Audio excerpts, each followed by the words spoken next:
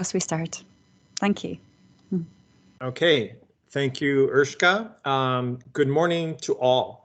On behalf of Statistics Canada, under the Project for the Regional Advancement of Statistics in the Caribbean, PRASC, I would like to welcome our partners today, CARICOM Secretariat and the World Bank, and of course, welcome all of you, the webinar participants from the National Statistical Offices, as well as from various government ministries and departments in the CARICOM member states of Belize, Guyana, Jamaica, and Suriname. Today's presentations are meant to highlight and promote discussions among partner ministries on the importance of the collection and the use of disaggregation variables such as gender, age, but also many more potentially to better identify vulnerable populations. We will start off the session with a look at gender issues as well as gender statistics in the Caribbean region in particular, and the need for indicators such as on gender equality. Today is the third iteration of this webinar. Do note, however, that we will rely on your feedback to us so we may continue to improve on the presentations for future rounds with other member states. And to that end, I will be providing a link in the chat function on Teams here where you can evaluate the session anonymously. It's a very, very brief questionnaire, but it's very useful to us to get that information from you, that feedback. I will activate the evaluation questions towards the end of today's sessions. But you may also use the same link to ask questions anonymously, or you can use the chat function right here on Teams, or you can raise your electronic hand to make an intervention. All methods of interacting with us are most welcome. Also note that the session will be recorded for future reference as well. And with that, I will give the floor to our colleague Bernard Myers, Senior Public Sector Specialist at the World Bank, Governance, Latin America, and the Caribbean, for his introductory remarks. Please take it away, Bernard. Good morning. I'm Bernard Myers. I am based in Washington, D.C., and I coordinate the World Bank's engagements on governance and public sector management across the Caribbean region. And I want to just thank you for making the investment of time this morning to join this seminar on this, I think, very important topic. You know, one of the missions of the governance practice in the World Bank is to work with governments to help them improve the quality of public service delivery with an aim of improving economic growth, but also better meeting the needs of being more responsive to the needs of citizens and residents in terms of the services that they need. But those services and those needs may vary very much depending on who you are, depending on your income level, depending on gender, age, location. And although the private sector has been really, we see, quite good and quite proficient at using data to identify different segments of customer bases and to targeting things to meet those different customers, often governments, public sector institutions have sort of lagged behind in this. But there are increasingly positive signs that we see of how governments can collect data and use data to identify the needs of different segments of the population. And if that's important in sort of normal operating times, it's even more important after a disaster or in response to a disaster event, where meeting the needs of different groups is highly important. So in today's session, I think it's not just about collecting data from a statistical point of view, but really thinking about how we in different sector ministries or even in the ministries of finance can encourage collection of data that can improve the quality of policy making across government. And so I think this will be just a interesting entry point for discussion. I hope that as the presentation goes on that you'll think about how this would apply in your particular country, and to really not be shy about asking questions and encouraging discussion. And again, I want to just thank you for coming today, and excited to hear the presentations from the CARICOM Secretariat and from Statistics Canada. Thank you.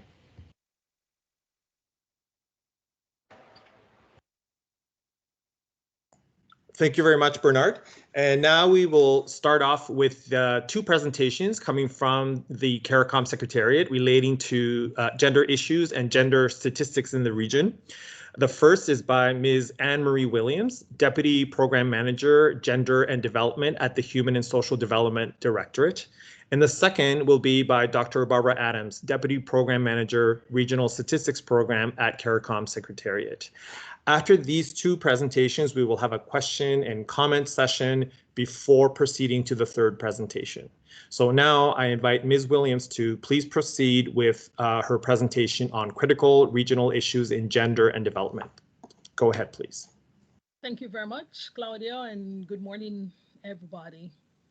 It's really a pleasure to be here. This is the second such presentation I'm doing for this portion here, and truly like to welcome Belize, Jamaica, Guyana, and Suriname. So the critical issues around gender equality and women's empowerment in the region. First slide. So if we look at pre-COVID, we're looking at issues such as gender-based violence, economic empowerment, and this is economic empowerment of men and women, but particularly of women. We look at women in decision-making, gender mainstreaming, climate change, and of course, we did the gender program along with CDB did an assessment in terms of what are some of the issues in the region, and that assessment was done with the gender machineries and gender bureaus in the region. And of course, data was a very important pillar that came out also along with health, particularly women's health and men's health. So let's continue.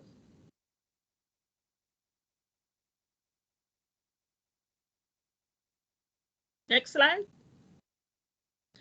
So those were pre-COVID. Go back one slide, please. Now the COVID pandemic is here because we're still in the pandemic. Well, the COVID pandemic has exacerbated all those issues that I actually spoke about.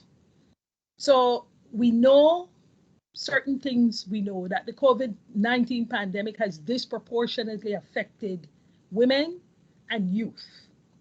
And half the world's population happens to be women. When we look at poverty, an issue that rarely affects women, we look at 80,000 households across the entire region reported a loss of income. And UN Women was so gracious and so much in the lead to do a lot of rapid assessments to get some of the data that I'll be speaking to this morning. So COVID-19 information for 2020 tells us that 80,000 households from across our CARICOM region have been severely affected. Next slide. Before we look at the areas that were severely affected, I want to say that the gender program and by extension, the CARICOM Secretariat were finalizing a regional gender equality strategy to coordinate the issues around gender equality, equity, and women's empowerment, and really to look at how we can fast track and accelerate some of the key priority actions that we've signed on to as member states. And so those areas that I spoke to pre-COVID and that COVID has exacerbated, those are some of the pillars that underpin the regional gender equality strategy. So when we look at households that have lost income, we know that data is not readily available for all the countries. But if we look at the low, medium, and income and high income levels, we look at the Bahamas, 81% of low income households in the Bahamas reported that they lost income. For middle income households in the Bahamas, 50% reported that they lost income, and 23% lost income that are considered high income households. When we look at Barbados, 49% of low income households reported that they lost income. 52% middle income household, and 39% of high income household lost income. In Trinidad and Tobago, 67% of low income households lost income. 49% of middle income household lost their income. And for the high income household, 23% reported that they lost income. In Belize, while I don't have it in terms of household, but upwards of 30,000 jobs were lost. And I just want to let you all know that there are 40% of female-headed households in the region. And we know that female-headed households tend to be poorer than male-headed households. Next slide.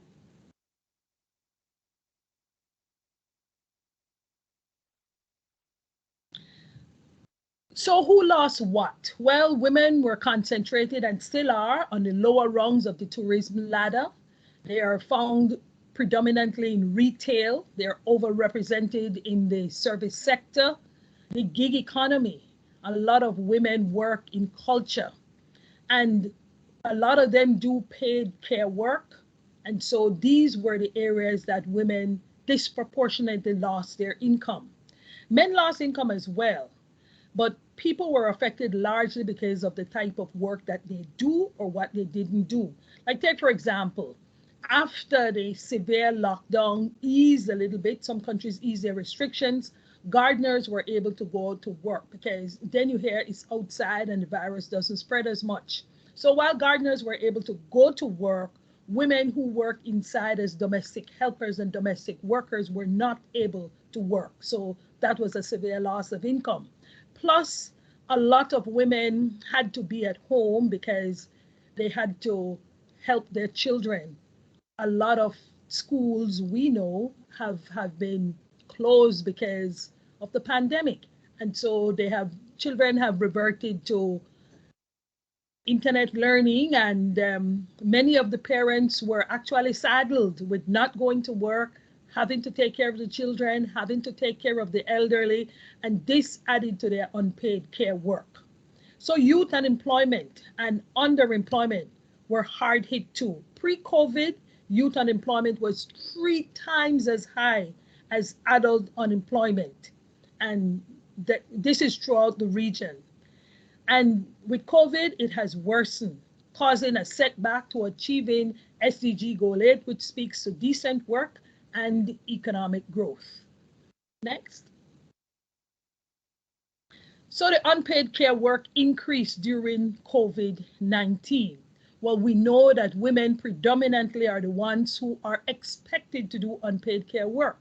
So much so that unpaid care work is looked at as women's work, which is not really right and not really true if we're to achieve gender equality. And so the pandemic showed you that both men and women had to do more unpaid care work, whereas women do ordinarily almost 3 times more unpaid care work than men. So in terms of cooking, 26% of men reported increased duties in terms of cooking, 60% for women. For childcare, 24% of men reported that they had to take part in childcare. For women, that was 70% more. Homeschooling, 25% for men, 68% for women. For elder care, 48% of men reported that they were engaged in taking care of the elderly, 63% of women. For cleaning, we know that during the pandemic, the height of the pandemic, it was first thought that, oh, you could get the virus if you go shopping and you touch your goods or you touch surfaces. And we know that we have taken part in cleaning to the max. Lots of cleaning. We've consumed a number of cleaning products, and we've cleaned everything from our shoes to everything. And so because of that, cleaning, 30% of men reported an increase in cleaning and 60% of women. Next. Gender-based violence and sexual violence. Pre-COVID-19 levels of GBV and domestic violence were already too high in the Caribbean region.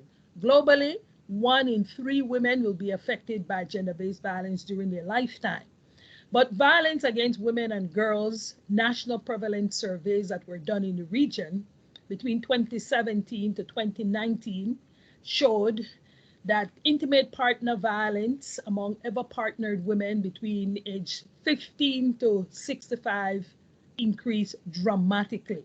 Now, this is actually pre-COVID.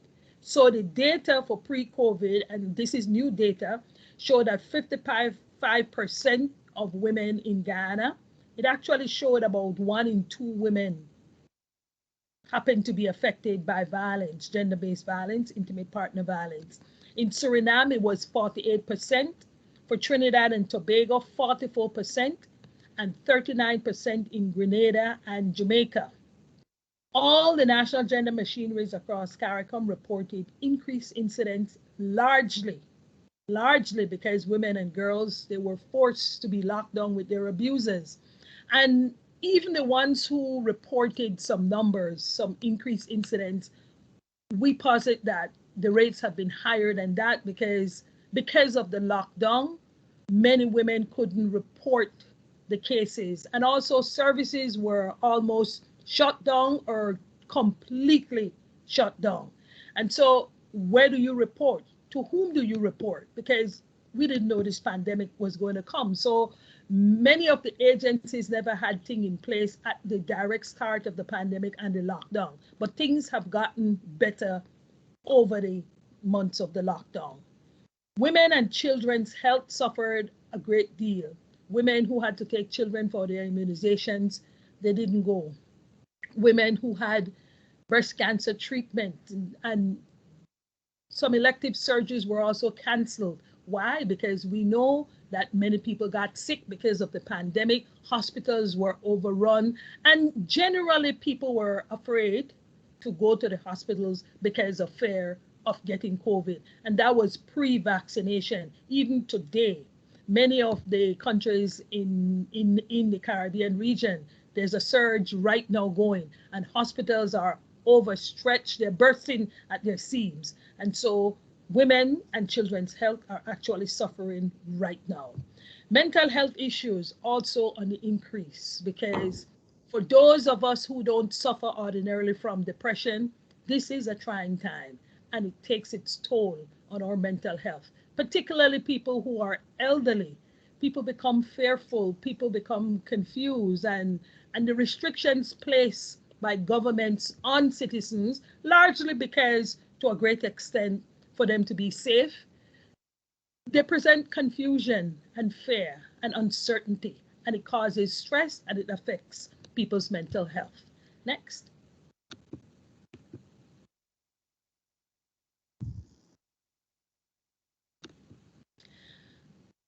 So as we move forward now to get out of the lockdowns and trying to make our way out of this pandemic, because COVID will be with us for the foreseeable future, we have to really learn to live with COVID. And so a number of member states have put together their high-level committees to help to build back better and to build back equal, the part of COVID that speaks to the recovery.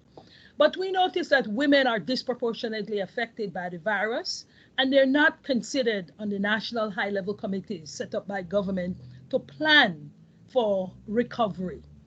In Barbados, 62% of the people on high-level committees are men. In the Bahamas, 65%. In Guyana, 72%. In Jamaica, 80%. St. Lucia is closest to parity with 55% of men on the committees. And in Trinidad and Tobago, it's a whopping 90%. We need to ask ourselves, why as a region we continue to marginalize women's experiences, expertise, and perspectives, when we always boast that women are highly educated in the Caribbean. And there was even a piece that came out saying that you have an 85% chance of your boss being a woman if you have a high-level job in Barbados or in Jamaica. Yet we continue to marginalize women during this pandemic, and we will not build back better or equal if half the population is left behind. Next slide. So what do we need to do in order to ensure that we build back equal? Well, we must use a targeted approach to recover by protecting the most vulnerable. Reaching the furthest behind first, we take the mantra from the Sustainable Development Goals, because it's not just that we give everybody what they need. We really need to target who needs our help greater than the others who rarely have. So that's the approach that we need to start with. Think about the disabled. Think about single mothers. Think about women who have HIV, rural women. Think about women in all their intersectionalities. Our response must be inclusive, equitable, and non-discriminatory. So we will not build back equal if we say, okay, so we target men and women. What about the vulnerable population, the LGBTQ population? We cannot build back equal if we set out from the outset to say, well, we will deal inclusively with certain men and certain women. Next, a gender lens must be applied in order for the whole of society to benefit, leaving no one behind. So we have to incorporate the national gender machineries and the bureaus across the region. The statistical offices, we must incorporate the civil society organizations, the gender experts, and involve everybody from the inception phase, not bring them in at the last end, but have them around the table where we can share ideas and opinions and discussions. We must grow the economy, definitely, and that's the reason why we have to try to get the exit strategy to get out of COVID, because it's easy for you to say lockdown, lockdown, lockdown if you have a job. Yes, but people who don't have a job. So we have to think about not building the economy from the top down, because we know that a rising tide doesn't lift all boats. So we need to build the economy from the bottom out, up, and from the middle out. A coordinated global, regional, and national approach is needed to really create decent and productive work, which is foundational to a green, resilient, and sustainable recovery, because we just don't want to recover. We must recover thinking about climate action. So that's my presentation. Thank you very much.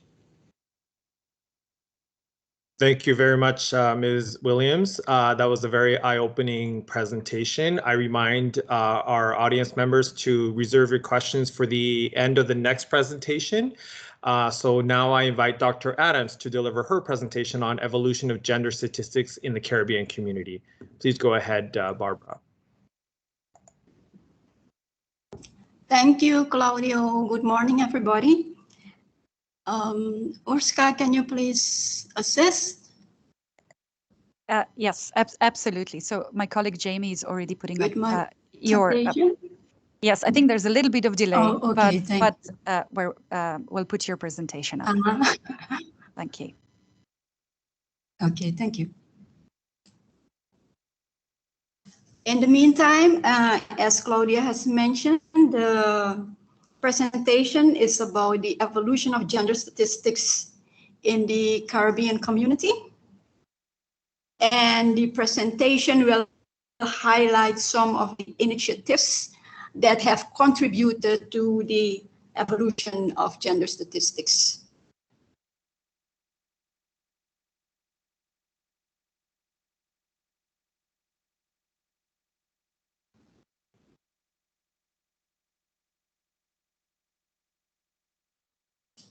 Next slide, please. Yes, these are some of the initiatives that will be highlighted. Slide back. Can you go one slide back, please? Yes, thank you. These are the initiatives that will be highlighted in the presentation. Thank you. Next slide, please.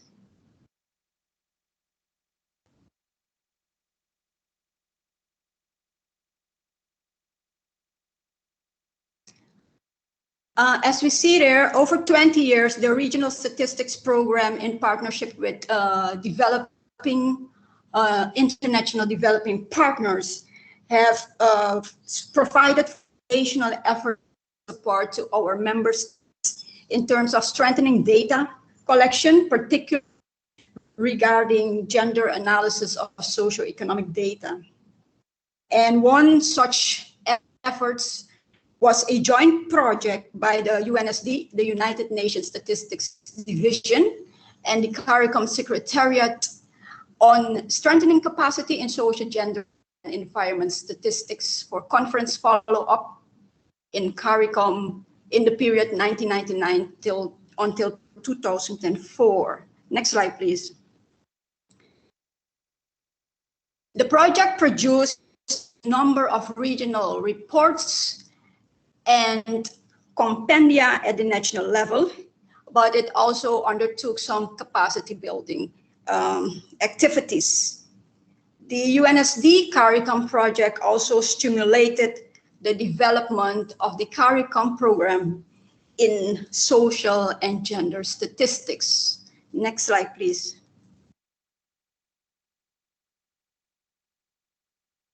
Another regional initiative was the use of a regional coordinated strategy for the 2000 round of population and housing censuses, which was approved by the Caribbean Community Councils of Ministers, acting on the advice and recommendation of the Standing Committee of Caribbean Statisticians, the SCCS.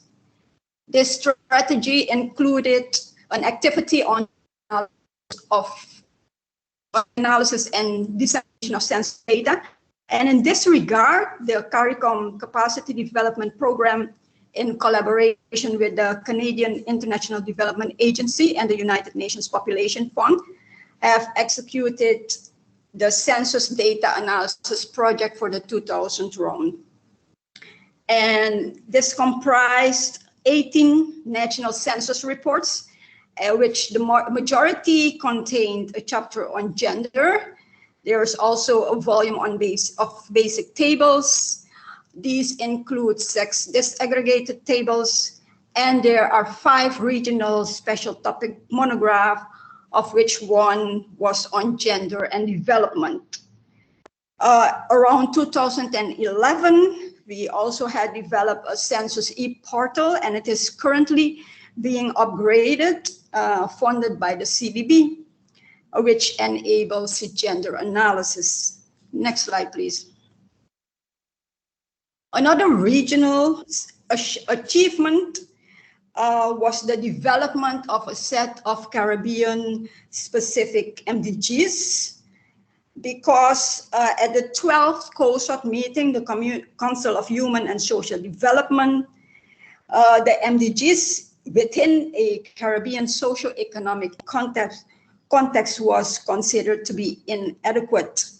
And some of the critical elements that were included in this specific set of Caribbean MDGs was the mainstreaming of gender equality indicators, the inclusion of sex disaggregated data, and also inclusion of certain targets related specifically to the access to sexual and reproductive health and rights, and also gender-based violence.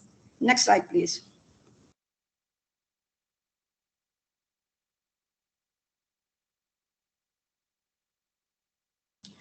In 2014, the Regional Statistics Program, in partnership with UN Women, have initiated an effort to identify a core set of gender equality indicators. This CARICOM Gender Equality Indicator Framework is based on the global GEI framework and SDG indicators. It consists of 33 indicators, and they are in 5 domains, namely economic activity, education, health, human rights, and public participation. And this CARICOM GEI has been adopted by the 40th COSOT meeting. Next slide, please. Most recently, the CARICOM Regional Strategy for the Development of Statistics, the RSDS, which was endorsed by the heads of government in 2018 also incorporated gender mainstreaming in the RSDS. Next slide, please. With regard to the indicator of SDG 5.4.1, time use, the Caribbean region receives support from the government of Italy and from UN Women. UN Women and the CARICOM Secretariat also have proposed to country to include a set of questions related to unpaid domestic and care work in their core set of census questions for the 2000 round of censuses. And finally, also the Italian Statistical Institute also has an, provided a training on time use to our member states and associate members. Next slide, please. Here we will show the data that is available with regard to the CARICOM GI. I won't go into depth, but I will touch a couple of the slides so that people who are not aware or for the first time hear about the CARICOM GI will know a little bit about it. The NSOs are aware of it since they are involved in this type of work. Next slide, please. The framework will only show data for the countries that currently participate in this webinar. As we can see, for economic activity, the first indicator, proportion of population below the international poverty level by sex, age, employment status, and geographical location. That was not a global GI indicator, but countries found it's important to include it. It is a SDG indicator and also a CARICOM SDG indicator. We have data gaps there, but I put there for Guyana a question mark because I was contemplating one of their indicators, poverty indicators, if that could be used as a proxy, but Guyana doesn't have this indicator. What I saw is that Jamaica has an indicator, but they looked at a proportion of population below the national poverty line and not the international poverty line. Next slide, please. Here are some other indicators in the economic activity domain. We see that countries have some data available. Next slide, please. These are some indicators in the domain of education. Next slide, please.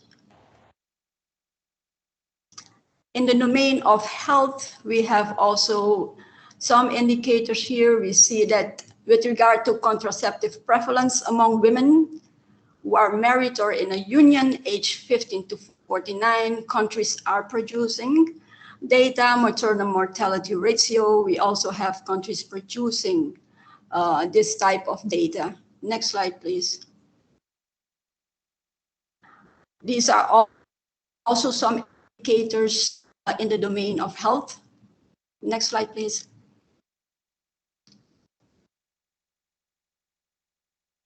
Public participation. We see that our countries also produce data for these indicators. Women's share of government ministerial positions, proportion of seats held by women in national parliaments and local governments. Next slide, please. And then finally, these are some indicators with regard to human rights. Proportion of ever partnered women and girls aged 15 years and older subjected to physical, sexual, or psychological violence by a current or former intimate partner in the previous 12 months by forms of violence. And by age. I think that's the last slide. Thank you. Thank you, Jamie. Thank you very much, Barbara. That was very interesting and good to see some of the data that are available in the region, particularly in the countries in the audience. We now open the floor to questions and comments from all. Again, you can either raise your hand electronically or put a question into the chat function, or even in the Slido link in the Q&A tab that I posted in the chat earlier this morning. Oh, I do see a question from Ushka for Anne-Marie. Anne-Marie, you spoke about women's marginalization in COVID recovery. Similarly, the UNDP COVID-19 Global Gender Response Tracker demonstrates that only a handful of countries worldwide have included gender considerations in the COVID-19 responses. Nonetheless, some research findings have recently suggested that the COVID-19 pandemic has strengthened the understanding that governments need to do more to be more attuned to the needs of different segments of the population. Would you agree with this? You outlined some key ways forward. What should be 3 critical priorities for countries in the region? Some quick wins. Okay, thank you, Orshka. Thank you, Claudio. I really believe that member states in the region really need to listen to the voices of all members of the population, but particularly the key voices, voices that often go unheard and voices that often go unnoticed. And so women's voices and the vulnerable voices, people with disabilities, people from the LGBT community, women who are single mothers, because it is really difficult to move forward and to move forward progressively if you leave these people behind, because COVID has made their lives worse. We look at the labor force participation rates in the region. They were already they needed a lot to be desired in many countries. And so how do you look at creating jobs whereby women can be hired? How do you look at small, medium, and micro-sized business to give them a leg up? So you really have to target your population. That is one. What is important too is to do gender analysis, listen to the experts. Politicians often don't know these things, and many times they don't really surround themselves with the right people to help them, because we see the needs, we work on the ground, we work with the policies, but really do the gender analysis to know who is being affected and how can you really reach them, because one size does not fit all. Use your groups in the community, CSOs, the community-based organization, the national gender machineries. Use the groups. We have line ministries. It's not a time for education to go off alone, or gender, the ministry to go off alone, or help. No, we have to do this. We have to come together and to make it stronger.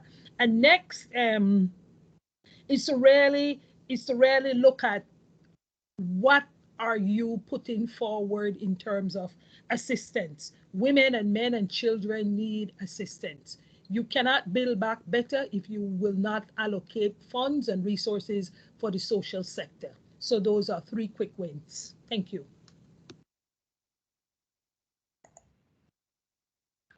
Thank you. I see a hand up by Gwen. Thank you very much. Good morning. And thanks for this opportunity. I'm very happy that we have been able to have this discussion, and I hope we have more. My first question is for Ms. Anne-Marie, and I'm very happy that I have Belize presented, and job well done, my sister. I noticed in the data with the disproportionate representation, did you get any information about Belize data in terms of our representation with the COVID? No, I machine? didn't get, but it's a lot of males. I'm working on it, but you know, like I do, faces of women are disproportionately absent. It's kind of similar, but I don't have the data right now. That's why I didn't use it. Okay, and then another question. How can the CARICOM Secretariat assist or guide our government or governments in the CARICOM nation to collect data that will be more meaningful in the decision making? Maybe they need guidance. How can the Secretariat help? Very good question, Gwen. We had a Council for Human and Social Development meeting for 2 days, COSAD, on gender, and we never had that meeting in 7 years. And so we had that meeting on the 3rd and 4th of June this year. And member states in the region were advised that they should take part in the assessments that UN Women are having. UN Women are doing a number of assessments, and it's free. It's just for you to get the data available, and they will do the disaggregation and everything. So it's for them to partner with UN Women, and member states also need to know too that they too can do their own little data collection. You don't have to have thousands of dollars to do a big survey. That's why we have people in the community, and a number of community people do a lot of good work. And so, yes, you could rely on the international partners, but you could start small exactly where you are also. So thanks for that question. Thank you. We see a couple more questions in the chat and another raised hand, so hopefully we can get through those three. While government, so this is a question from Francesca Racanatini, sorry if I mispronounced. So building on Urshka's questions, while governments are increasingly realizing the importance of including different parts of the population into their data efforts, have these efforts been thought in connection of efforts aimed at diversifying the civil service? I see a connection between collecting diverse data and having a diverse civil service, as to integrate different points of views into the civil service can help greatly to change the focus of data collection efforts. Perhaps, I don't know. Question for Barbara? Yeah, I'm. Or perhaps, I don't know if the World Bank had any views on that, Urshka. Do you have any thoughts about, actually having a diverse workforce in order to help the collection of diverse information? Well, thank you, Claudia. I mean, if Barbara doesn't mind, I would appreciate if she could respond to this question. The question actually comes from my colleague from the World Bank. So we're kind of also exploring to see what other institutions are doing and how we could address some of the issues. We've been really trying to figure out how can we help countries, how can we improve the collection of data, not only statistical, also administrative data, and really using it to make informed decisions about who are the beneficiaries of public services, right? What are their needs, recognizing their different experience, and then designing budget policies and review them that really kind of meet their needs. And trying to really focus on this kind of data collection, but also the use of data. So any other inputs from government officials, from CARICOM, Secretariat, Statistics Canada, I mean, we'll hear about that later, would be highly appreciated. Dr. Adams? Claudia, can you please repeat that question? But in the meantime, I also have an addition for Gwen. If I may say Gwen, because I only see the name there.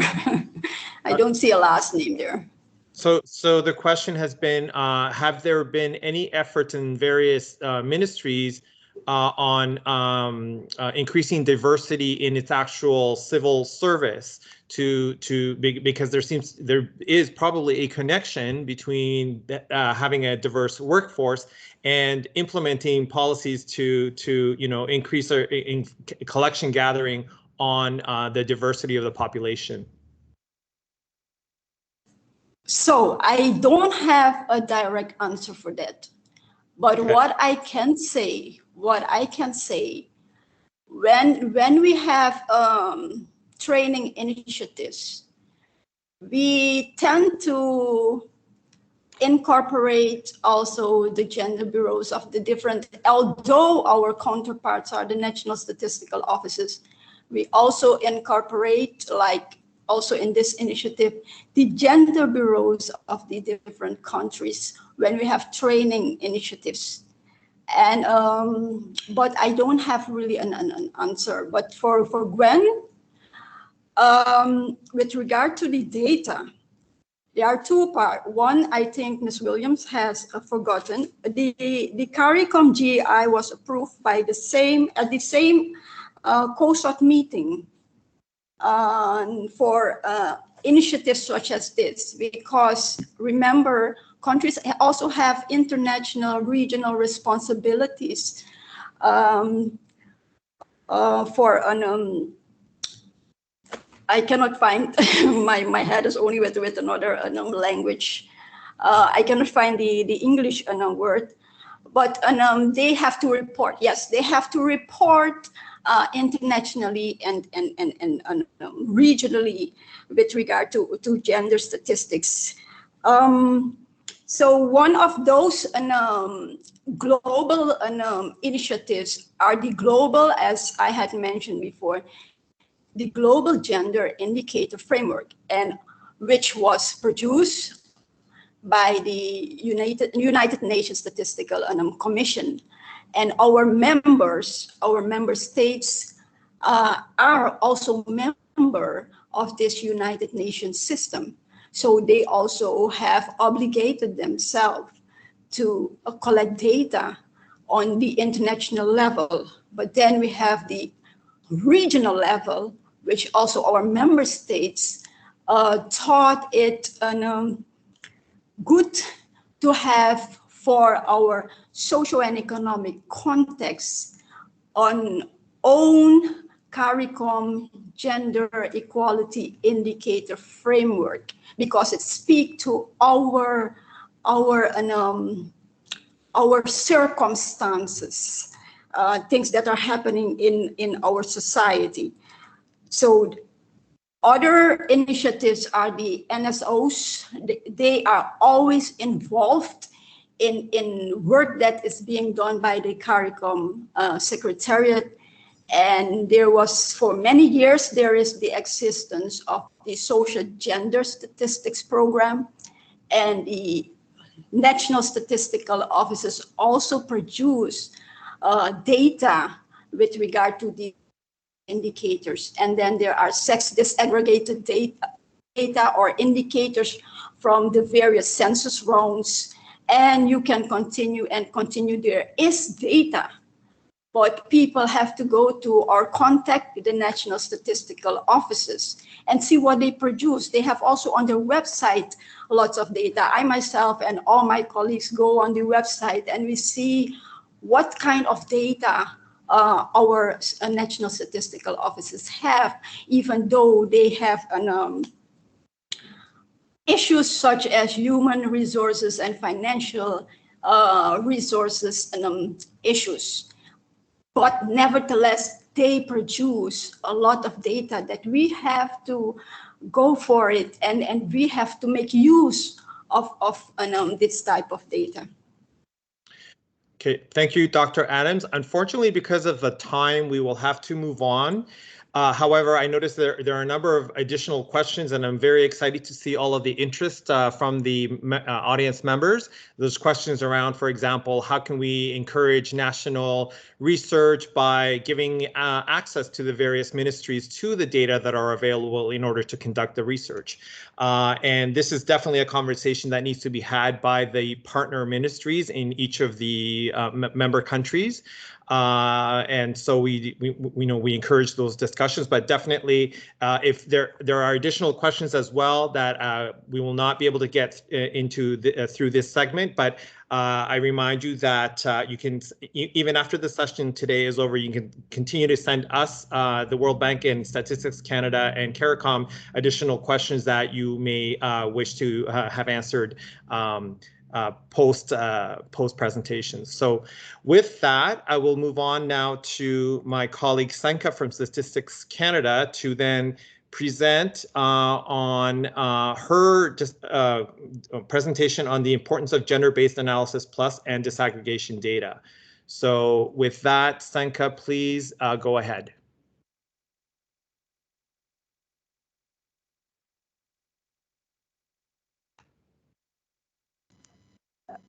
Senka, you're muted. That's not a good start. Thank you. Hi, everyone. Thank you for joining us today. I just wanted to say, I hope you enjoyed today's presentation. My name is Senka Omircic, and I'm an analyst at the Center for Gender Diversity Inclusion Statistics at Statistics Canada. So for those of you in the audience who might not be familiar with Statistics Canada, we are the National Statistical Office for Canada. So we are the counterparts to your colleagues present today from your very own NSOs.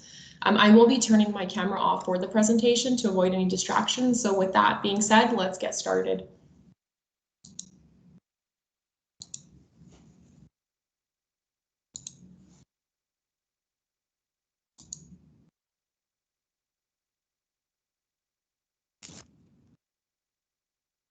Okay, so as civil servants, us in Canada, and yourself in your respective countries, all the work we do affects diverse groups of people. Because of the impact of our work, we have to consider that groups of people are not homogeneous and they have multiple and diverse intersecting identity factors that impact how they understand and experience government initiatives, programs, and policies. This is why it's so important that we use GBA Plus to better address the needs of diverse groups of people. Today's presentation is approximately an hour long, sorry. We will end our presentation with some time for discussion and an opportunity for you to ask any questions. Please note that we will provide you with a copy of the deck after the presentation.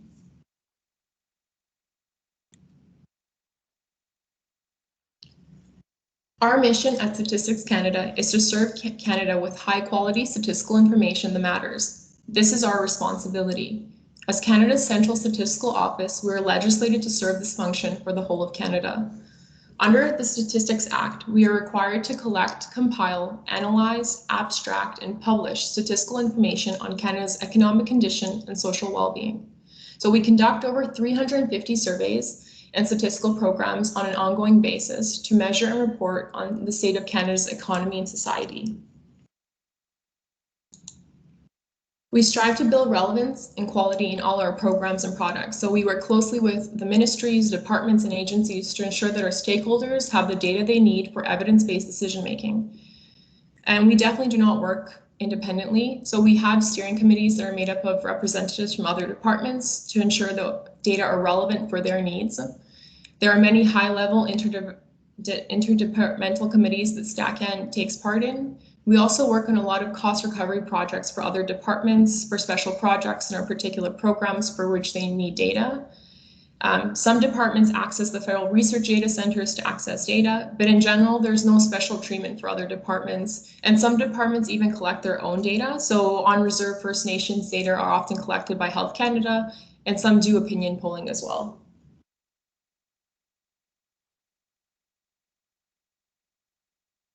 So to give you some background on how the Center for Gender Diversity and Inclusion came to be, in Budget 2018, the Government of Canada introduced the Gender Results Framework, which identifies priority areas of action for advancing gender equality in Canada. So the GRF guides decision-making on policies, programs, and other initiatives, and it also helps to monitor progress towards our goal for gender equality. So under this framework, the federal government identified 6 key areas where change is required. These 6 key areas are also known as the 6 pillars of the Gender Results Framework. So the first 5 pillars, which are education and skill development, economic participation and prosperity, leadership and democratic participation, gender-based violence and access to justice, and poverty reduction, health and well-being were assigned to Statistics Canada. And then the sixth pillar, gender equality around the world, is overseen by Global Affairs Canada. So the center identifies and addresses gaps in the availability of disaggregated data on sex, gender, and other intersecting identity characteristics to enrich our understanding of social, economic, and environmental issues in Canada. So we have three main goals or objectives at the center. The first one is reporting to Canadians about the state and the progress of gender diversity and inclusion in Canada. So this is done by disseminating relevant data and creating new analytical products in a variety of formats, so such as infographics or analytical papers. We also generate new information to increase knowledge, develop new concepts and measures to address intersecting characteristics. We do this by addressing information gaps, so such as standards on sexual orientation and gender. And finally, we build statistical capacity to increase knowledge of gender diversity and inclusion and gender-based analysis plus. So this is done by developing presentations and workshops such as this one. Delivering presentations and workshops such as this one to other government departments and contributing to the Canadian School of Public Service courses.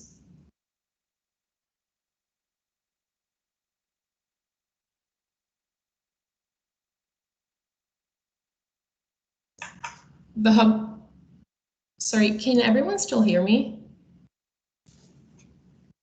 Yes. Yes, Okay. I can. Yes. Okay, I thought, sorry, I heard someone leave, so I thought, I was worried it was my computer that shut off. Thank you for confirming that. So the hub was created to respond to the center's first goal, allowing us to report to Canadians. So the hub enables users to easily access and analyze a wealth of statistical information relevant to the evolution of programs, policies, and initiatives from a gender diversity inclusion perspective. So the hub is divided into tiles and contains various types of information. Generally across StatCan hubs, user will find the same tiles in varying layouts. So when you arrive on the hub's landing page, you can see that we have social media. So that's how you can, if you'd like to take a look at our social media pages. And these contain a link. The links are all up on the right-hand corner. There's also a Find Data on Tile section, which consists of 12 icons where users can find data on specific topics. There's the Focus on COVID-19 tile. So this tile actually contains an evergreen list of StatCan's resources that report on the impact of the pandemic on diverse population groups. So these products are organized according to the main focus of the product. Specifically, we have releases on children and youth, gender and sexual orientation, immigrants, Indigenous people, persons with disability, seniors, and visible minorities. The information in this tile is updated at least once a week with the most recent releases we have pertaining to COVID-19. And then if you scroll a little bit down, we have the gender results framework on our hub as well. This is where you can get direct access to data tables that have been disseminated in support of the GRF. The CGDIS hub was created in part to house the data tables related to the GRF. So every time a survey releases a new cycle of data, the tables are updated on our hub. And then we also have a features tile. So this tile is probably the one that gets the most attention, or at least from internal users. So it contains a list of 6 recent products related to gender diversity and inclusion on a rotating carousel. So once a new feature is added, the oldest feature is dropped. So if you're ever interested in something that we've released and you see it on the features tile, I do suggest that you bookmark it because they're updated very frequently within the carousel. Something that you might have liked or been interested in reading might be removed when you come back to our hub. So it's a good idea for you to bookmark it for yourself. Otherwise, you can find it if you search the Find Data section. And then at the bottom, there's other additional resources that may be of interest on our hub. I should have mentioned, to access our hub, if you go on our website, it's Statistics Canada, and you scroll all the way towards the bottom of the page, that's how you get linked directly to the hub.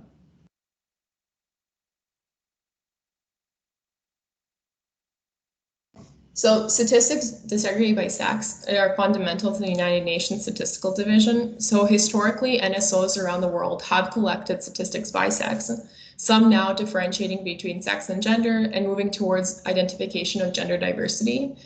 At Statistics Canada, we started looking at differentiating between sex and gender in reaction to the comments of the 2016 census of population, as we had members of the gender diverse communities reach out with concern about being excluded. So according to the United Nations Statistics Division, there's 4 requirements that must be met in order to produce gender statistics. So specifically, data must be collected and presented by sex as a primary and overall classification. They must reflect gender issues. Data must be based on concepts and definitions that adequately reflect diverse groups of women, men, and most recently, gender diverse people, capturing all aspects of their lives. And data must be collected to take into account possible stereotypes, as well as social and cultural factors that may introduce gender bias into the data.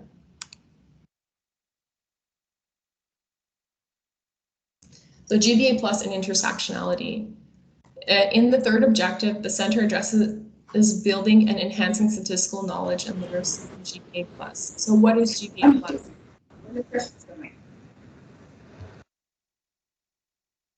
GBA plus stands for Gender-Based Analysis Plus. It's an analytical process used to assess how multiple intersecting identity factors impact the effectiveness of government initiatives, such as policies and programs. So you can't really understand another person's experience unless you walked a mile in their shoes. And as we know, shoes aren't one size fits all, and neither are policies, programs, and services. Understanding that everyone experiences these policies and programs differently is what GBA plus is all about. The plus in GBA plus is used to go beyond biological and sociocultural differences. We all have multiple identity factors that intersect to make us who we are. These multiple identity factors can be seen on the slide in the form of a wheel. I want to encourage you to take a moment and to reflect on what intersecting identity factors make you who you are. For myself, I'm a woman, but I'm also an immigrant to Canada. I was born in Bosnia and Herzegovina. I'm Caucasian. My family's mixed religion. I'm under the age of 30, and I speak English and Serbo-Croatian. My experience with policies or programs offered by the Canadian government might be very different from those of a Canadian-born woman, and an immigrant who is a member of a visible minority group, or a French-speaking Canadian. Identifying these identity factors helps us to innovate and consider issues and policies in different ways. I would like to take a moment and ask everyone to share with us your personal identity factors that make you who you are. You can either leave a comment in the chat section, or we actually have set something up in the Slido, which is called a word cloud. So if everyone goes in and you anonymously share 1 or 2 identity factors that make you who you are, then later on towards the end, we can share the word cloud with everyone's unique identity factors. You can include 1, 2, 3, how many ever you're comfortable with. And as I said, it's completely anonymous. So you just have to click the Slido link that Claudio shared at the beginning of this presentation. Thank you for your participation.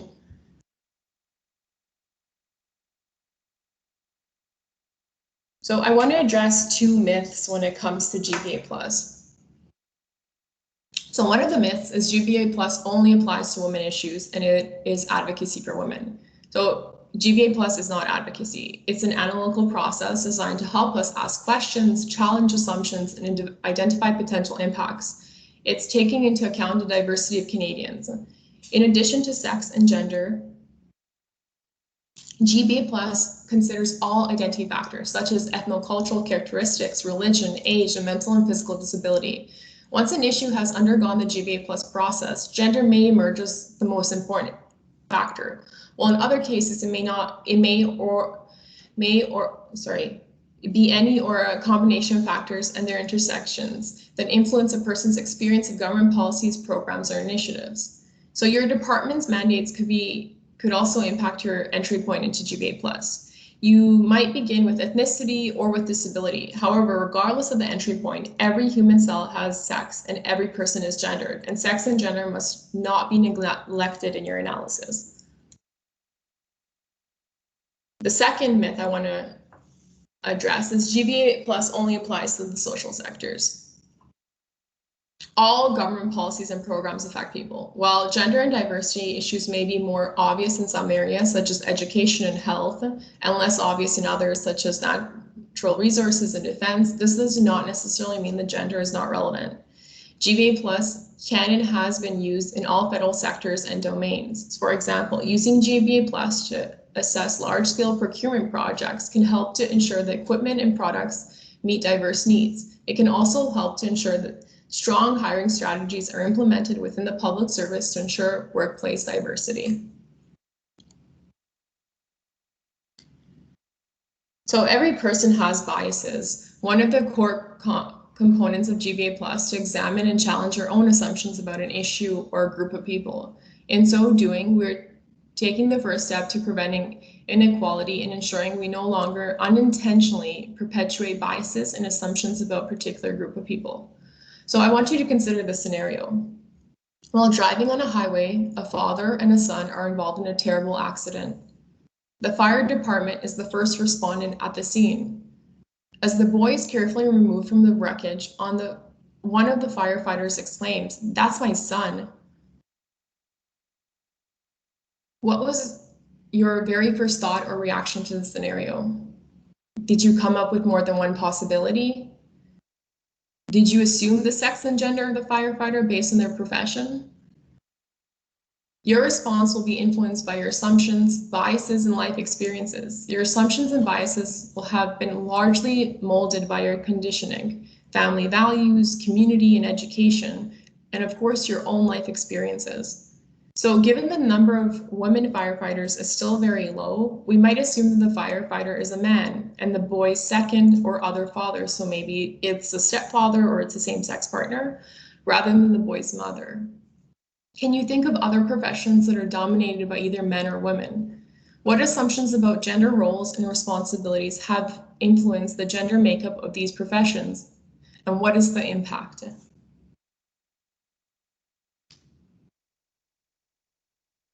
It's important to consider gender and other diversity characteristics in all stages of the statistical process. So analysts have the data they need to conduct appropriate gender-based analysis plus. Diversity characteristics is what we also call disaggregated variables in the collection and analytical context. So I want you to remember something, that now is always the right time to start your GBA plus. It does work best if you start early, but you can start at any time and at any stage of the work cycle. So maybe you start when you're designing your survey or your questionnaire. If you didn't get an opportunity to start that early in the process, maybe you start in your analysis, or maybe you consider GBA plus in your dissemination. So when you're putting out analytical products, you're applying your GBA plus lens into the data that you're making available to the public.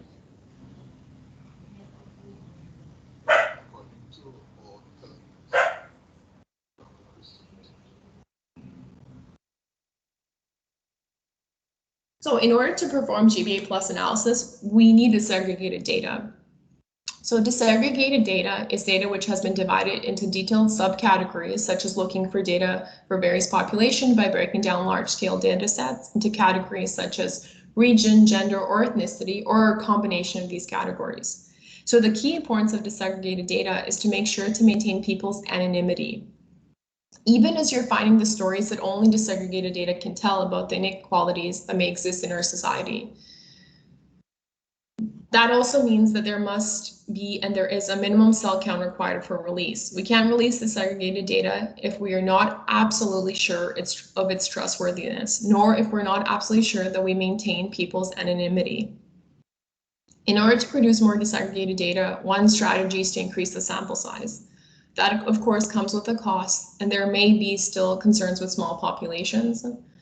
For example, us at Statistics Canada recently conducted the collection of the General Social Survey on Social Identity, which collects information on social cohesion and trust in institutions, along with experiences with discrimination, so both pre-COVID and during COVID.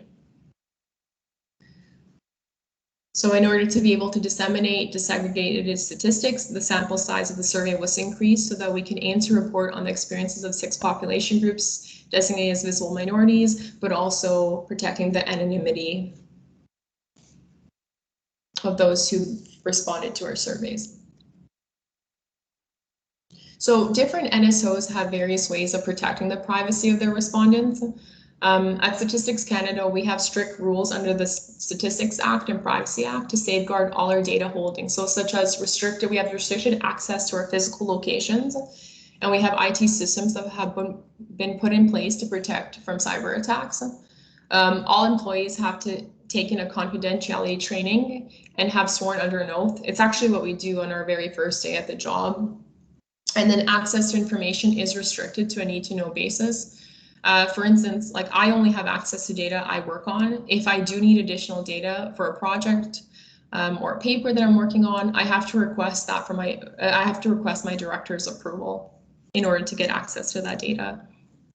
And then finally, we have access to direct identifiers are restricted to a small group of people and only for a short period of time. So for instance, when we collect the census, initially the names are available in the census, and then eventually that is removed. And then when the data comes to the analyst to analyze and process the data, all of those identifiers are completely removed.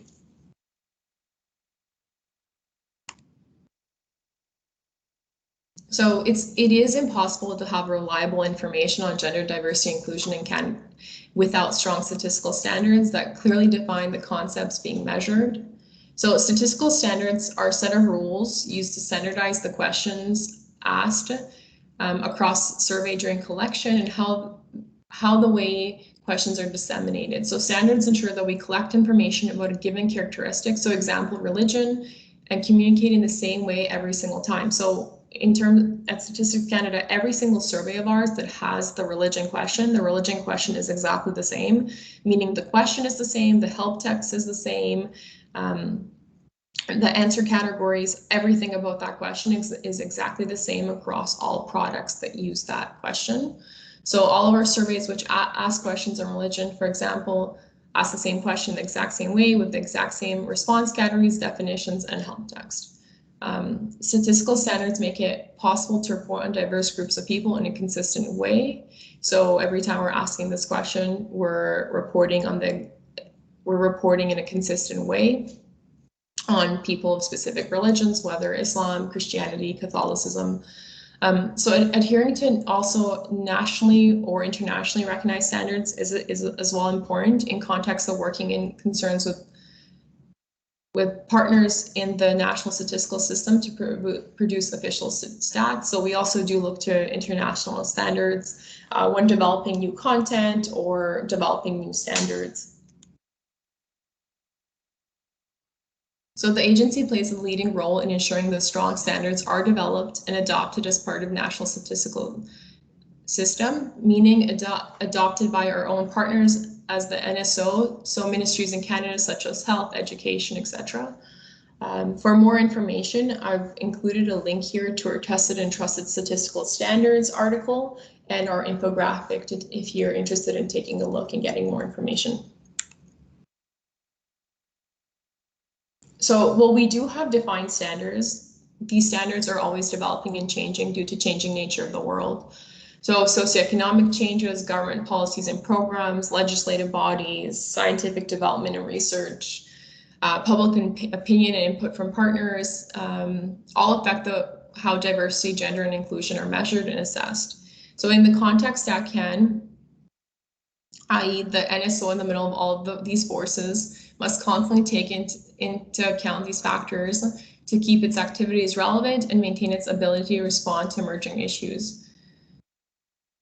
It should, by the same token, also allow data users to follow the historical changes of diversity and the dynamic of inclusion or exclusion associated with them. So with having standards, we're able to change the way we ask the question, but adapt to the changes. But we're also able to compare historically of the changes we've made to the questions or pertaining to diversity and inclusion. So StatCan has a number of standard measures, including those to measure diverse population groups. Some of these may be similar to standards used by your own NSOs. So for example, we have ethnic origin of a person, immigration status of a person, population group designated as a visible minority, indigenous identity of a person, gender, sexual orientation, and sex at birth. Now, I'll give you an example of the development of a recent new standard. So in Canada, we go beyond the traditional definition of sex and gender. This may currently vary across nations, but the importance of using well-defined standards is important across the board. So in recent years, there has been an increase in public awareness and sensitivity in Canada towards the LGBTQ2+ community. The LGBTQ2+ is an abbreviation that stands for lesbian, gay, bisexual, transgender, queer, and two-spirited. The plus signifies a number of additional identities and is included to keep the abbreviation short when written out.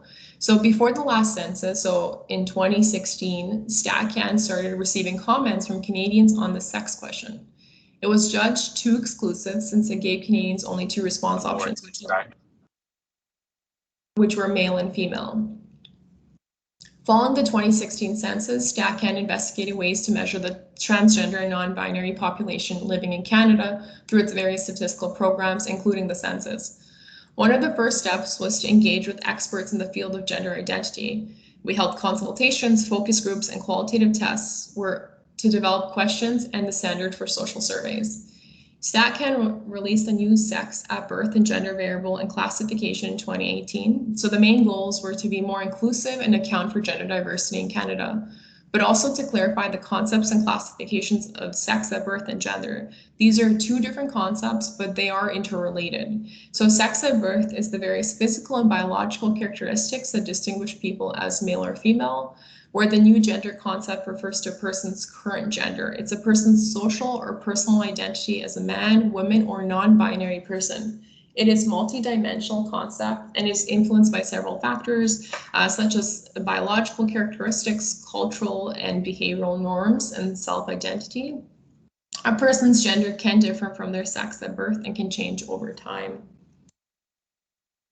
So here are the new questions on sex at birth and gender. These new questions were tested in 2019 census test among, I think it was close to 135,000 Canadian households. And then a technical report on these new questions from 2019 census test was released in 2020, which is available on our website.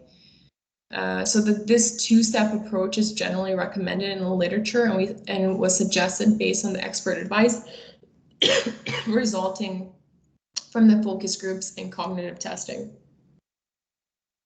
So we asked both of these questions on all our surveys: sex assigned at birth and gender.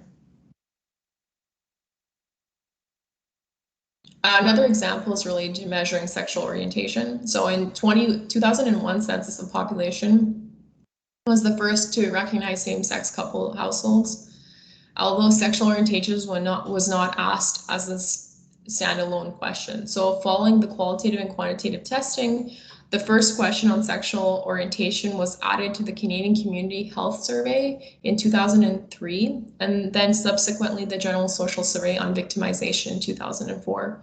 The original question, which you see on the left, did not reference sexuality in the question stem, but invited respondents to specify a sexual identity from the response categories with behavioral-based definition in brackets. You can see the question was designated to be interviewer administered, and the definitions were based on sexual relations with their own, the opposite, or both sexes. Today, the question asks directly about sexual orientation. It does not include definition text and provides an option to please specify when and if the response was not listed above. And we are not done updating the sexual orientation question. So in 2019, work began on developing the sexual orientation standard and taking into account the conceptual updates to sex and gender. And we're currently still working on this standard. Likewise, in Canada, we also have the standard to measure sexual orientation, as I mentioned, which we're currently working on. So there's some additional information here for you if you're interested in finding out more. So what does GBA Plus look like on the ground? So I want to do a live demonstration of a data tool and how it can be used to assess used for GBA Plus. Afterwards, my colleague Erin, who's on the call with us today, is going to play two videos for us. The first is a case study applying GBA Plus to emergency preparedness by function. And the second one is, does climate change affect us all the same way? Please do note that the second video does not have audio for it, so it's just, I ask you to read the text at the bottom of the video. But before we continue to case study 2 and 3, I'll take you through case study 1.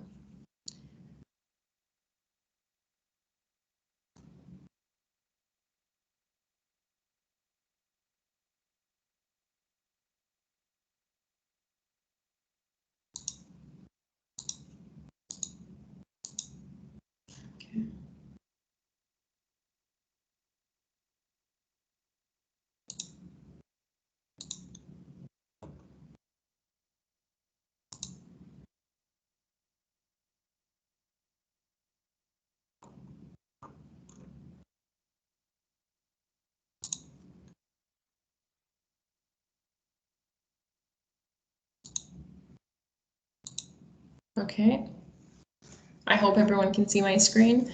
So this is a tool that was released by Statistics Canada on the socioeconomic overview of the farm population. This is available on our website if you want to check it out on your own time and play around with it. But I just wanted to show you, this is a quick way to kind of go through a GBA Plus example. And I thought this was a perfect opportunity to show you how to do it on here. So this is focusing on farm population. So let's say we're interested in, you can see the breakdown regionally. So we have Canada, and then we have all of the 10 provinces. So we can focus on, let's do Ontario. That's where I'm located, right here. And then we can break it down by age as well. So we can look at the farm population under 25, 35 to 40, 54, sorry, and 55 and over. So we can do under 35 for this case. So let's say we're interested in retaining policy or program in terms of retaining or hiring young farmers in Canada, it's specifically in Ontario in this case. And then we want to take a look at by sex. So we don't have, there's no gender here yet, as this was released in 2018, but we can take a look at, let's look at females. So we're interested in females under the age of 35 in Ontario and seeing what their demographic characteristics are are. So you can see here on the right-hand side, we've drilled down a little bit. As you drill down on these three, so on region, age, and sex, on these 3 identity factors, these ones here automatically are updated. So you see that females under the age of 35 in Ontario, 76% of them speak English as their mother tongue. 74% of them are married. 92% are born in Canada. And then you have 31.5% have a university certificate, diploma, or degree at a bachelor's level or above, and 87% of the farm population in Ontario live in rural areas. This would change, so you can determine there if you're developing a policy or program specifically pertaining to this group, you can see how they vary based on other identity factors. We can change this quickly to look at males as well. So you can see this automatically changes. So I'm gonna, you can see the decrease when you go to males, farm operators Ontario, so less males are married, less have a educational degree, and more are in rural areas. You can also take a look, if you click on the charts, we can find out the number that are born by country of birth. So majority are Canadian, but there is a large population of farmers that are born in the Netherlands or Mexico and Switzerland. And there's these additional charts you can take a look at. Now that's just a quick GBA Plus example with this tool that we have. I will stop here with the tool and I'll let Erin take over to show you guys the 2 videos that we have ready for you. Thank you, Sanka. I'm just going to share my screen quickly and play the videos.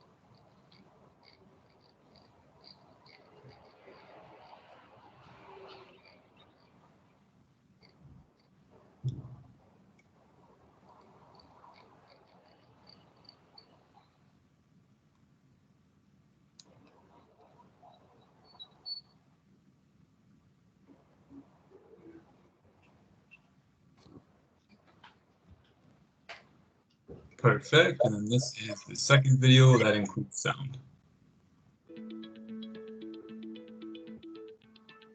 We all know the consequences of climate change, from extreme weather events to melting ice and rising sea levels.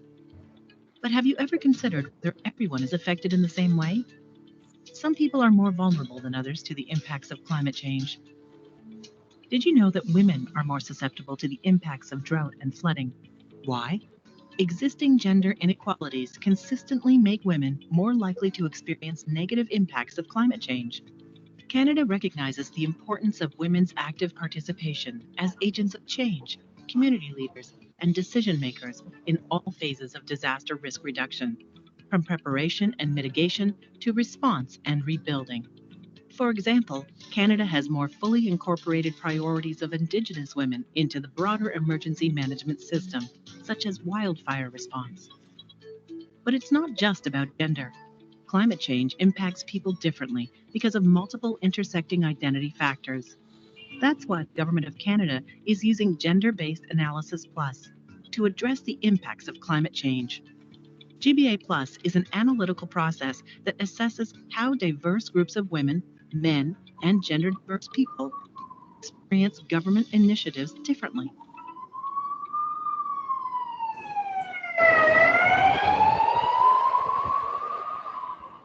Geography, ethnicity, income, age, and disability.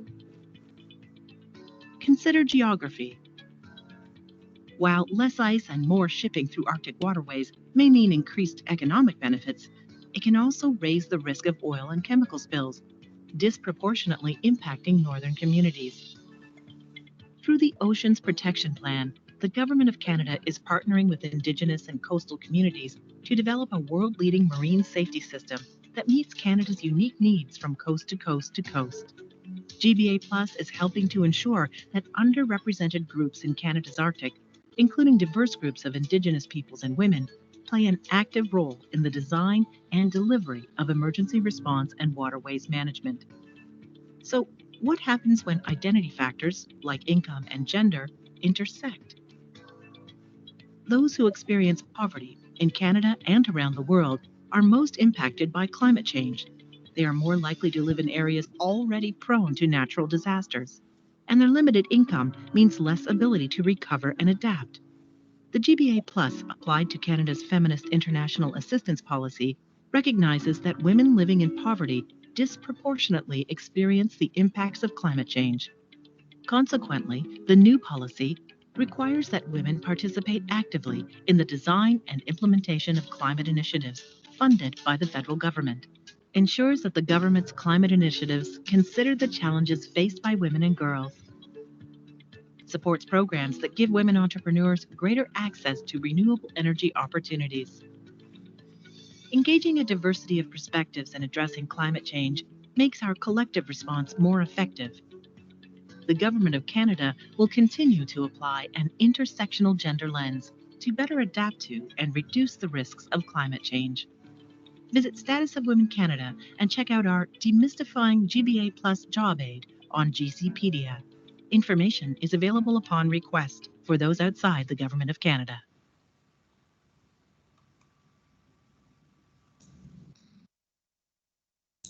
Thank you, Erin.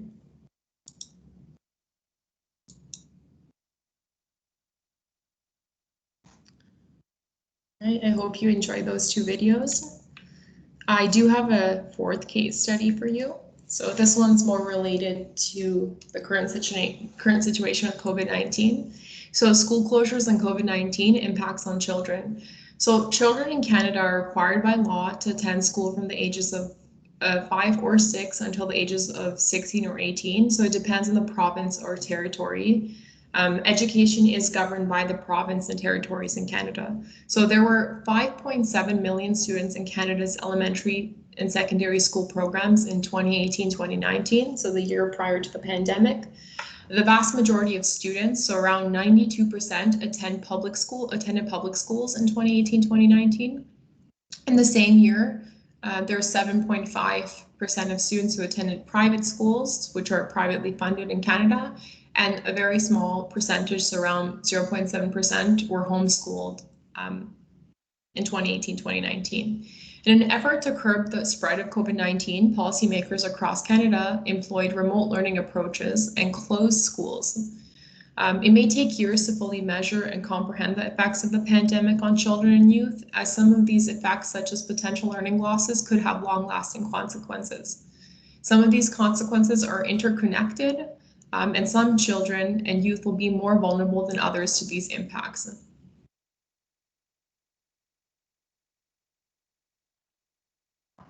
So school is considered an integral aspect of the lives of children and youth. It affects their intellectual and social development and their physical and mental health.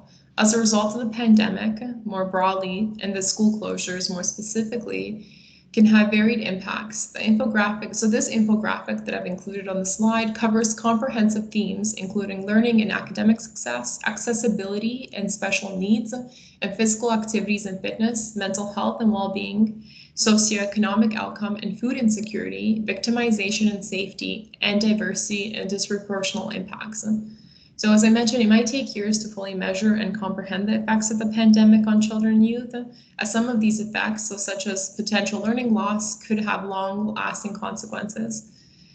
Based on the information that is currently available, the impact of COVID-19 has disproportionately affected populations that were already considered to be vulnerable.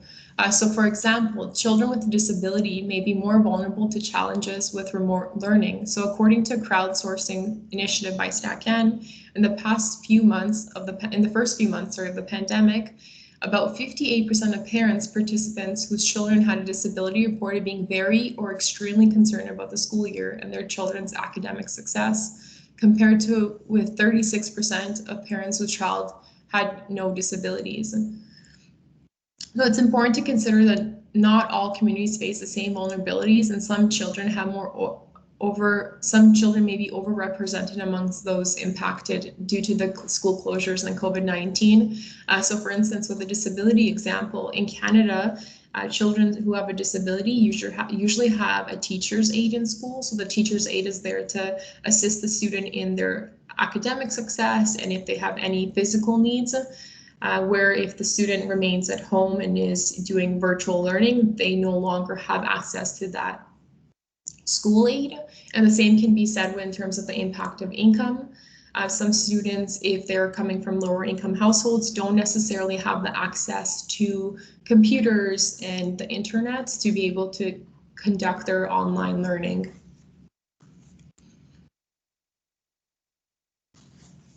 So children with disability may require a great amount of their parents' time for help with not only their school activities, but also with other daily activities. A higher proportion of these participants, around 32%, also reported spending at least 10 hours or more per week supporting their children's learning, compared to participants whose families did not include children with a disability at 23%. Specifically, children with disability, including a learning disability, may be disproportionately affected by the move to remote learning. School supports for those children may be less available, and they may require more of their parents' support than usual. So prior to the pandemic, there was about 8% of children ages 5 to 17 in Canada that had been diagnosed with a learning disability. In addition to the impact of the school closures on children, there's also been an impact on parents. So for families with children, the closure of schools and childcare facilities due to COVID-19 pandemic has significantly disrupted their daily routines. As a result, parent caregiving responsibilities in relation to children have increased, along with concerns about balancing childcare, schooling, and work. For most parents, homeschooling was an additional responsibility directly related to the closure of schools during the pandemic, and this extra parental task was predominantly undertaken by women. The majority of women, so 64%, reported that they mostly performed homeschooling or helping children with homework, while 19% of men reported being mostly responsible for this task. This gender division of responsibility related to homeschooling added to other parental tasks and may put parents, and especially mothers, at higher risk of life stress. Many children in a number of provinces are continuing their studies virtually from home. As such, there may be an ongoing demand on parents, in particular mothers, as a result. In addition, the concern expressed by participants for their children's school year and academic success also varied by the level of education. So a greater proportion of participants who had attained high school diploma or less, which is about 56%, a trade certificate or a diploma, a college or an other non-university certificate, or a university certificate or diploma, reported being very or extremely concerned about their child's school year and academic success compared with participants with a bachelor's degree or higher. So educational attainment tends to be associated with higher levels of income. So a recent StatCan study found that children in higher income families had greater access to internet-enabled devices that were conducive to learning. This may help explain why participants with higher levels of education are less likely to be very or extremely concerned about the academic success of their children. It may be that they are better able to access the resources needed to support their children in academic pursuits. As a result, communities with higher proportion of parents with post-secondary education may be less vulnerable to impacts of school closures and remote learning in the context of COVID-19 pandemic compared to communities with higher proportion of parents with less than a post-secondary education.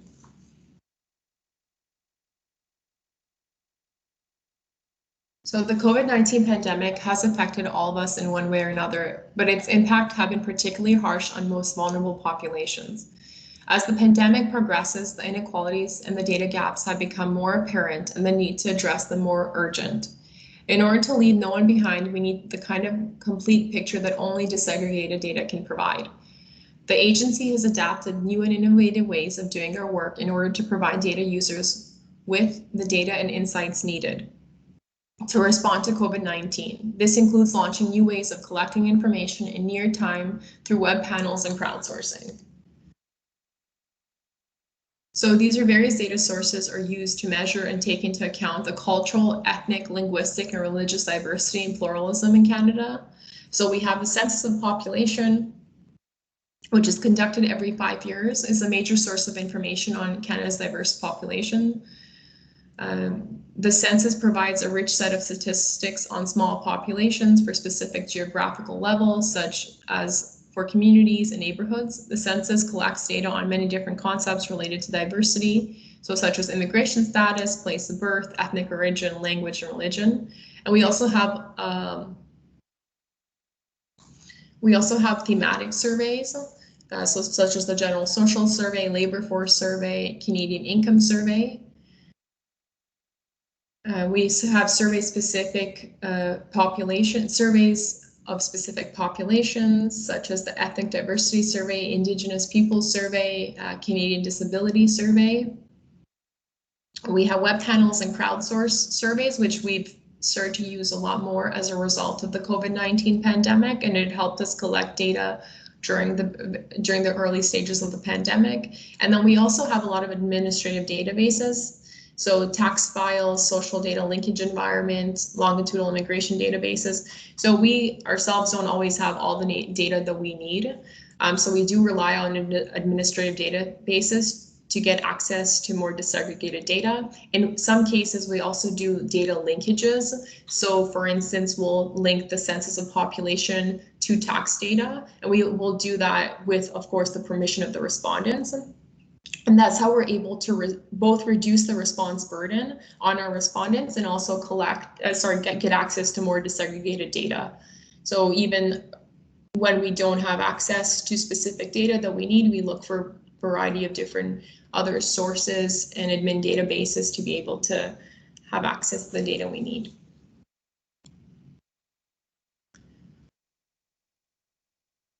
As calls for more disaggregated data arose, StatCan responded by enhancing existing survey programs to enable reporting for key vulnerable populations, including immigrants and population groups designated as visible minorities.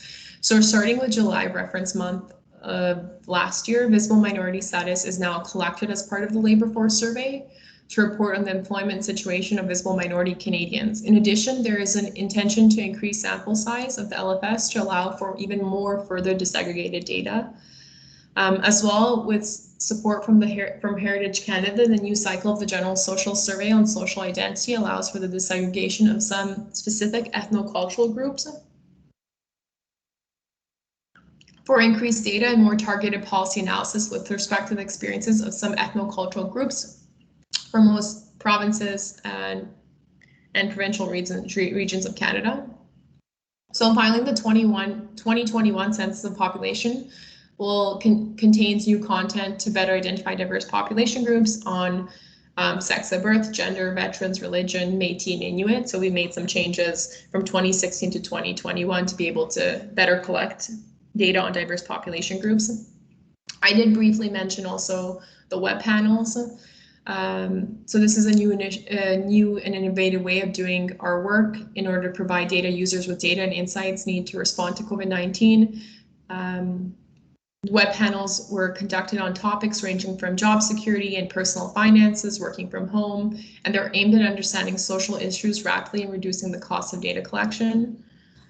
This is by the way, this is a probabilistic panel survey, and therefore it represents the general population, and it was conducted via a subsample of the labor force survey. And these are some of the releases we have through the web panel.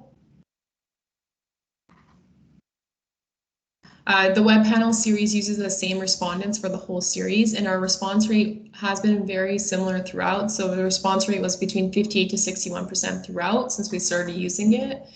And don't forget, our respondents agreed to be part of a year-long process for this. So this, of course, helps with the response rate in this situation. We also conducted crowdsourcing. So in order to address limitations of web panels, which is small sample and ability to adequately disaggregate and a need for more frequent data points, StatCan has developed crowdsourcing surveys. So crowdsourcing allows for a quick and timely collection of information at a lower cost than traditional surveys. However, crowdsourcing participants are volunteers and they're self-selected, and because of this, they're not probabilistic surveys. So as such, the participants do not necessarily represent other persons in addition to themselves. So there's no survey weight that is calculated for crowdsourcing. So as such, the findings of crowdsourcing survey cannot be generalized to the overall Canadian population. On the other hand, they do allow for disaggregation by different population groups given the large number of participants. And we've collected information on a range of topics for mental health, personal safety, and experiences of discrimination. And many of the analysis focus on diverse population groups, so such as women, gender diverse, immigrants, and population groups designated as visible minorities. And here are some of those releases. And you can see, because this is open to the public and it's volunteer-based, there is a sample size has declined. So initially, the first one, we had 200,000 respondents. Everyone was very eager to assist and assist with the data collection and find out what was going on with the COVID-19 pandemic and the impact it had on Canadians. And then the most recent one, we have 35,000 Canadians.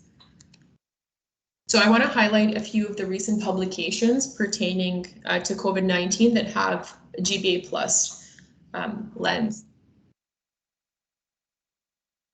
So we have one, so according to the most recent Canadian Perspective Survey series, so the web panel, 54% of Canadians aged 15 or older,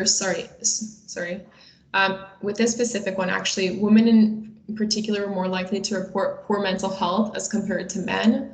So about half of women said that their mental health was excellent or very good. In 2018, women were also less likely than men to report excellent or very good mental health, although the difference was not as large. So 66 compared to 71% of men. So it has a gendered lens to it.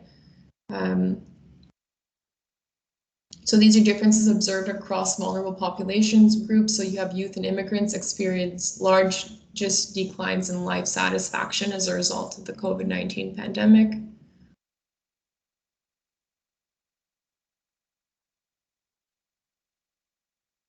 Canadians living with long-term long-term conditions and disabilities also experienced increased challenges in the context of COVID-19. Almost 48% of participants with long-term conditions or disabilities reported worse overall health, while 57% reported worse mental health compared to before COVID-19. So we see the impact it has on individuals with a disability. Some quick examples from the labor market and financial impacts of COVID-19. So immigrants and Canadians belonging to population groups designated as visible minorities are disproportionately represented in sections where greater exposure to COVID-19. So of the 245,500 Canadians who worked as nurse aides, orderly, and associates in 2016, many who were in senior facilities, these workers are more likely to be female and immigrants, and they were less likely to work full-time and lower than average annual income compared to the workers overall.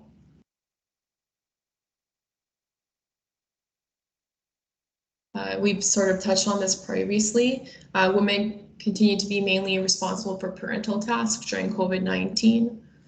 And there's a little bit more information here compared to the previous slide that I've shared. So if you're interested, you can take a look.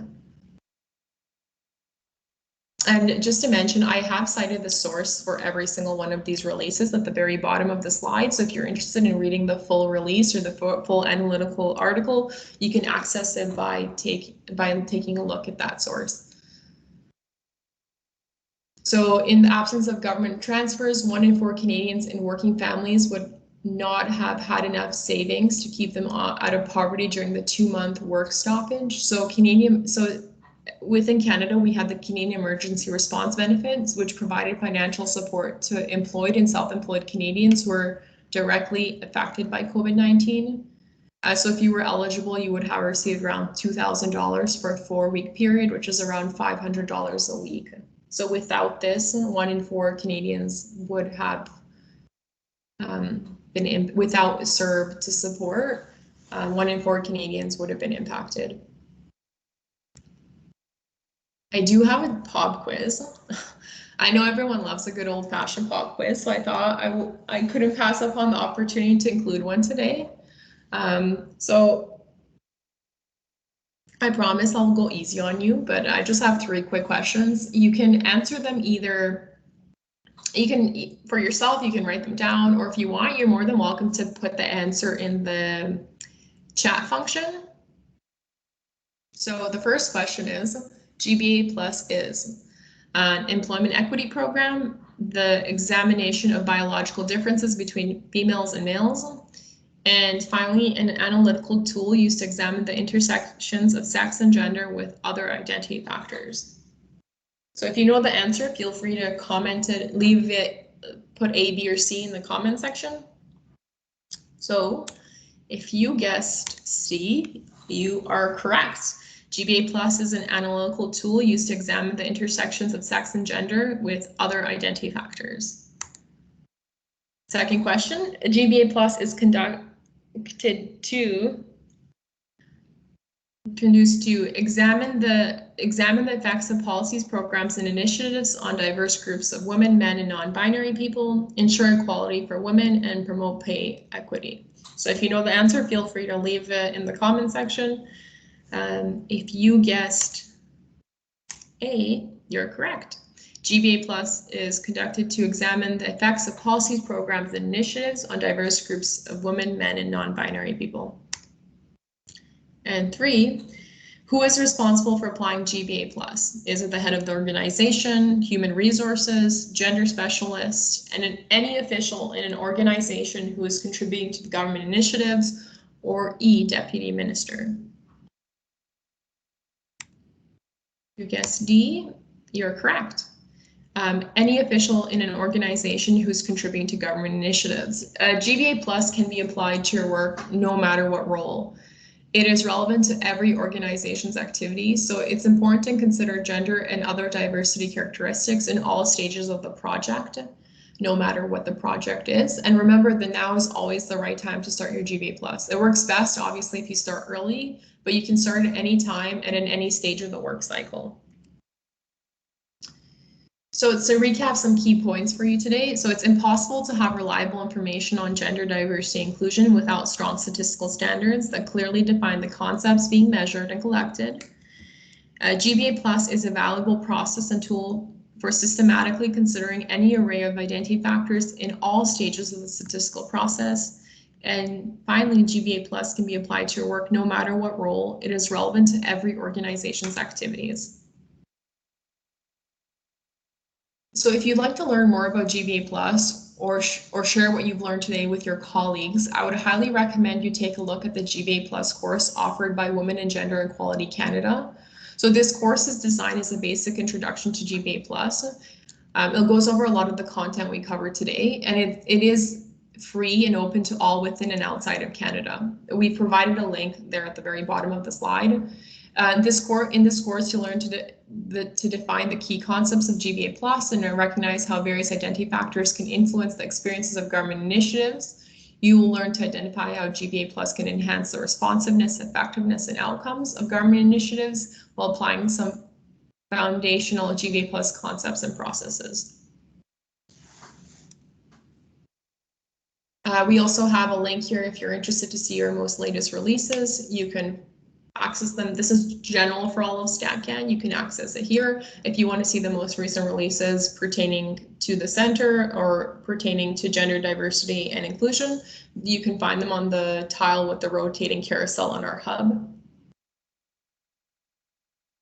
Well, this presentation is coming to an end. It really doesn't mean that this conversation needs to end. Please feel free to reach out to our team at Statistics Canada. You can reach out directly to the center. That's the very first email there. Or you can reach out to the team at the World Bank if you need support with GBA Plus. We can always learn together, as we ourselves are also learning and always trying to apply GBA Plus to our work. And here's a list of all social media platforms that the StatCan is active on. I encourage you to check them out.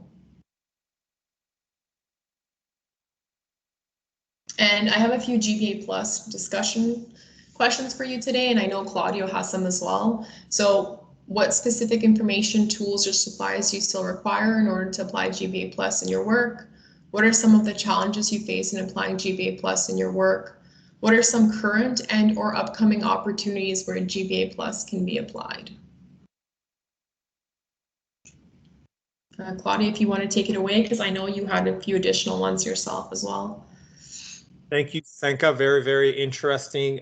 Before we start with the questions, I just wanted to put in one final plug for filling out the webinar evaluation. I did put in the link again in the chat so that you can access easily.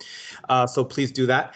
And well, we'll take questions now in any of the formats that we've reviewed. Senka, I had a question. Just quickly, you mentioned a number of different data sources to be able to conduct your analysis. Some of it is not collected by Statistics Canada. It is in fact coming from our partners, line ministries in the national statistical system. I would imagine that this is an increasingly important source of data for Statistics Canada. We place greater and greater importance on data coming from our partners. So for that reason, I would think that we have committees, not just with our data users, but with our data providers. We establish memorandums of understanding so that we can ensure that this data sharing occurs and will continue to occur into the future.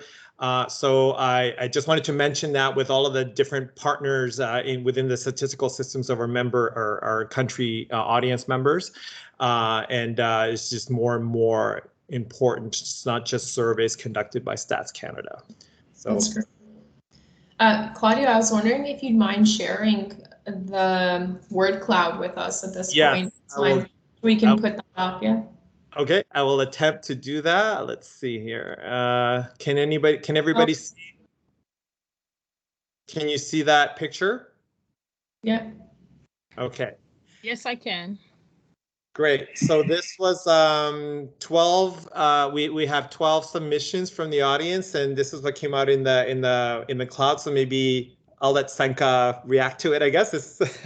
Yeah, that's fantastic. Thank you very much. This is the first, even though this is the third iteration, this is the first time we're trying the word cloud. So I really appreciate everyone's participation. This is fantastic. We have so much diversity here. We have women, we have tall, we have work outside of community, we have dark, we have race, we have 50 plus, ethnicity, religion, Islam, we have body size, female, sex, there's Dutch, there's so much here. Thank you very much for sharing with me. It's a privilege to be able to see how much diversity there is just amongst our group here today. So thank you, and I really appreciate this. We're definitely going to stick to doing this in the future ones as well. So for everyone who participated, thank you very much.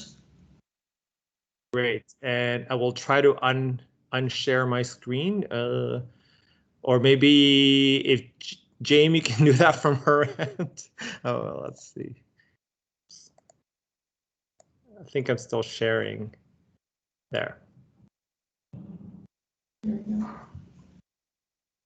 So again, we're open to questions. I realize that we're at the end of the time slot, but if anybody has anything to ask or comment about, go ahead. And you're more than welcome to reach out to us, as I mentioned as well. If you have questions that come, oh, we have a question from Gwen. Okay, good morning. I am very grateful for the GBA Plus. I will surely link with, I'll surely access the link so I can register, because this is a very interesting program. I was enrolled in a program where we looked at gender classifications and stuff like that. So this would really tie into it. In Canada, how were you able to reach out to your target population? I noticed that in the ones who volunteered, in the initial you had 100,000 and then it kind of decreased. You only put out the information, the link, or you are able to reach out? What was your approach? Sampling? That's a great question, Gwen. So I think with the crowdsourcing specifically, we just opened it up to everyone in Canada, and we shared the links on our social media platforms. We shared it via LinkedIn, Facebook, Instagram. So we put it everywhere we could and just encouraged everyone, and then word of mouth too. Like us as employees, we were sent information on it as well. And then we shared, like I shared it with my family and my friends as well. And I just try to encourage everyone to participate. So it was a shared link that was put in available for every single person who wanted to participate. Like I myself participated in all of them because we were collecting information on the impacts, and we need to have as many respondents as possible. So it was mainly through the link. I'm sure if you go on our social media pages, some of those initial, like the advertising for those links are still available. So you can take a look how we advertised and what information we provided in order to get respondents to respond to the crowdsourcing. Okay. So apart, and the other data that you collect in, I know this was only zooming in on because of our specific topic, but also we hear about femicide. I was learning about femicide and the different classifications of criminal acts against women and others. Are you in Canada through this system able to gather that? Do you work with the law enforcement people to get other data based on criminal behavior? Yeah, so in terms of data, in terms of the justice and victimization, we have multiple surveys. So we have, for instance, a social survey on victimization. The general social survey on victimization, which comes out every 5 years, and it just got released this past year. And a lot of the information there, they do data linkages and they get access to it's respondent data, but we also have data linkages where we get reports from our local police stations across Canada for some of that data. So definitely a lot of we do have the surveys. The one most I recommend you take a look at is the general social survey on victimization. Aaron, would you mind throwing a link in the chat for it on GSS victimization? Yeah, absolutely. Perfect. So that way, Gwen, when you go on the link, you'll have there's a lot more information in terms of the sampling, the population size, how we get our collector data for that specific survey. But that's exactly, I think, the survey you're looking for that we have on our end that we use to collect that information. Thank you. No problem. Yeah, Aaron will throw the link for you in the chat, and then you can just access it and get more information for yourself. And if there's other specific questions, I know we're almost coming to an end, but please feel free to reach out to the center. And if you're looking for specific data or you have any questions in terms of GBA Plus, we'd be more than happy to answer them or provide more information.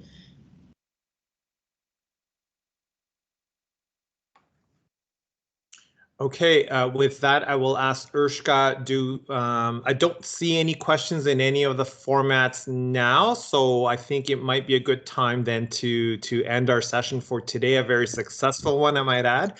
Final word to you, Urshka.